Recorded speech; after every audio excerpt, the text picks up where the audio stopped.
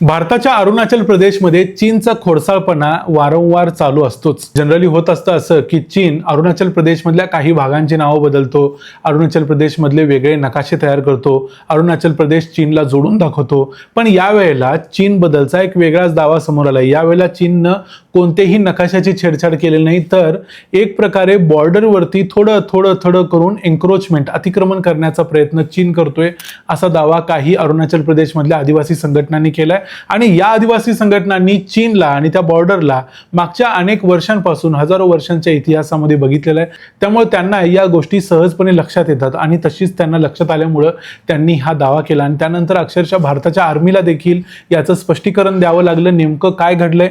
यानंतर किरण रिजिजू जो भारताचे मंत्री आहेत त्यांना देखील उत्तर द्यावं लागलं, नेमकं या भागामध्ये घडतंय काय, खरोखर चीननं भारताचा कुठला भाग हडपलेला आहे, त्यावरती दावा केलेला आहे, नेमकं काय घडलंय ते सगळं बघूया आजच्या या व्हिडिओमध्ये. मी आहे रणजित यादव आणि तुम्ही पाहताय द मराठी बाणा.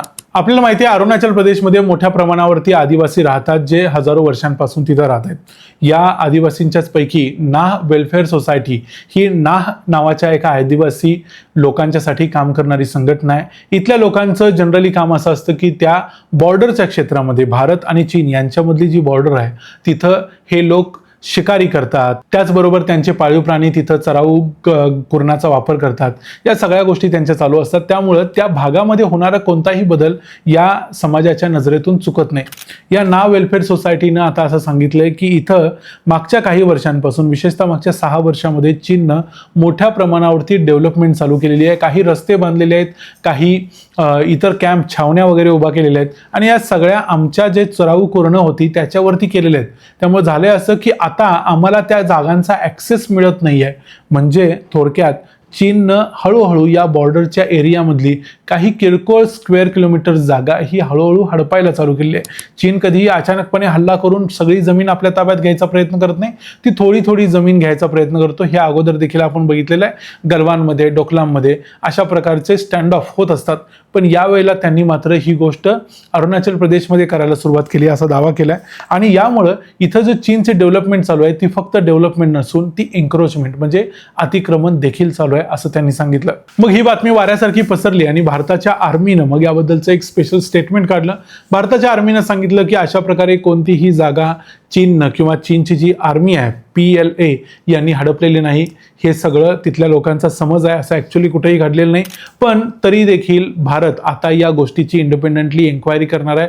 अरुणाचल प्रदेश सरकार याबद्दलची एन्क्वायरी करणार आहे, कारण अशा प्रकारची बॉर्डर नेमकी कुठं होती, कशी होती हे आयडेंटिफाय करणं खूप अवघड आहे. मग तुम्हाला प्रश्न पडेल की अशी बॉर्डर आयडेंटिफाय करणं अवघड काय, तर त्याचं कारण तुम्हाला पुढे थोडक्यात सांगतो. यासाठी आपल्याला थोडासा इतिहास बघायला पाहिजे भारत आणि चीन मधल्या बॉर्डरचा.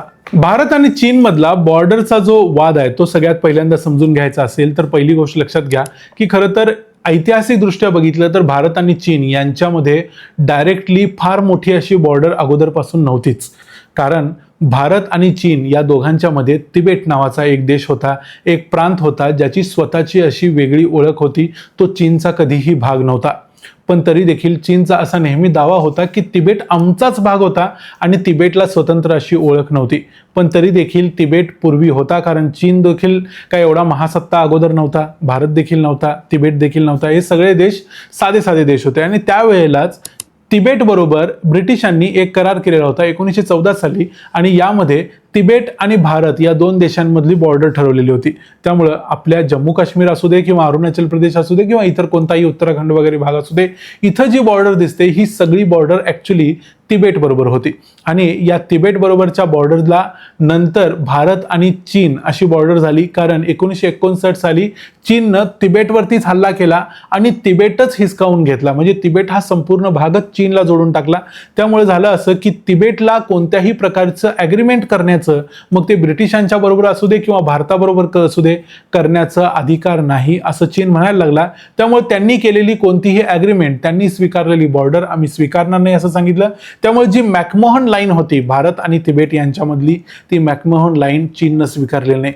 भारतानं अनेक वेळा असा प्रयत्न केला की भारत आणि चीनमधली जी बॉर्डर आहे ती फायनलाइज करून घ्यावी, पण ही गोष्ट चीन कधीही मान्य करत नाही. कारण चीनला ही गोष्ट सूट करते की प्रत्येक वेळेला यायचं आणि थोडी थोडी जमीन घेत राहायचं. भारताच्या वरती जम्मू काश्मीरमध्ये पँगाँग लेकच्या आसपासच्या किनाऱ्यावरचे जे काही प्रांत चीननं बळकावलाय तो देखील त्यांनी अशाच प्रकारे एक एक करून बळकावलाय. आता देखील दक्षिणेमध्ये म्हणजे इकडं पूर्वेकडं अरुणाचल प्रदेशमध्ये ते तेच करण्याचा प्रयत्न करतायत. आणि अरुणाचल प्रदेशच्या बाबतीत चीन नेहमी दावा करतो. याच्या मागचं आणखी एक कारण असं झालंय की चीन म्हणतो की अरुणाचल प्रदेश हा वेगळा कुठला प्रांत नाहीच. चीनच्या दृष्टीनं तो तिबेटचाच दक्षिण तिबेट हा भाग आहे. त्यामुळे जो तिबेटचा भाग आहे तो कधी ना कधी आमचा होता, कधी ना कधी आमचा होईल या श्रद्धेनं चीन तिथं वागत राहतो आणि म्हणून कायम तो अरुणाचल प्रदेशवरती आपला दावा ठोकत असतो. आणि दुसरी एक गोष्ट म्हणजे भारत आणि चीनची जी बॉर्डर आहे तिथं मोठ्या प्रमाणावर बर्फ पडतो, तिथली जमीन कोरडी आहे, अनेक ठिकाणी नद्या आहेत, इतर गोष्टी आहेत.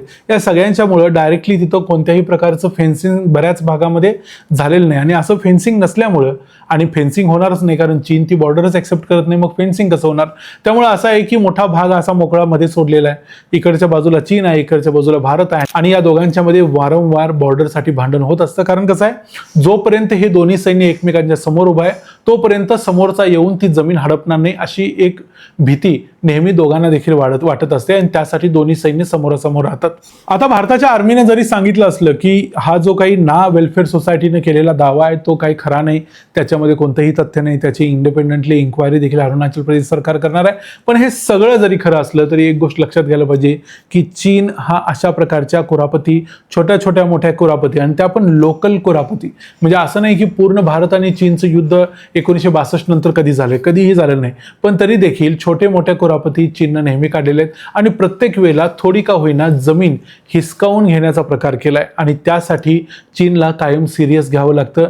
यावेळी देखील हा अप्पर सबनसारी डिस्ट्रिक्ट असला तरी इतर सगळ्याच जिल्ह्यांमध्ये अरुणाचल प्रदेशमध्ये भारतानं आपलं सैन्य वाढवलं पाहिजे आणि तिथल्या ज्या जागा जिथपर्यंत चीनचं सैन्य उभं आहे त्याच्या तोंडाला तोंड समोर देऊन उभारल्याशिवाय ह्या जागा आपल्याला टिकवता येणार नाहीत.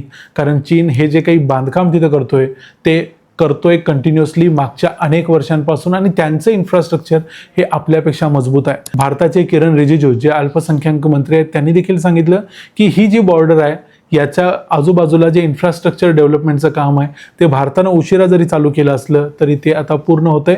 त्यामुळं या सगळ्या गोष्टी भविष्यात टळतील. नेमकं काय काय घडतंय याच्यावरती आपलं लक्ष राहील. पण या सर्व मुद्द्यांच्याबद्दल तुमचं काय मत आहे ते आम्हाला कमेंट्समध्ये जरूर सांगा. व्हिडिओ आवडला असेल तर व्हिडिओला लाईक करा, चॅनलला सबस्क्राईब करा. पुन्हा भेटू पुढच्या व्हिडिओमध्ये. तोपर्यंत पाहत राहा द मराठी बाणा. जय हिंद, जय महाराष्ट्र.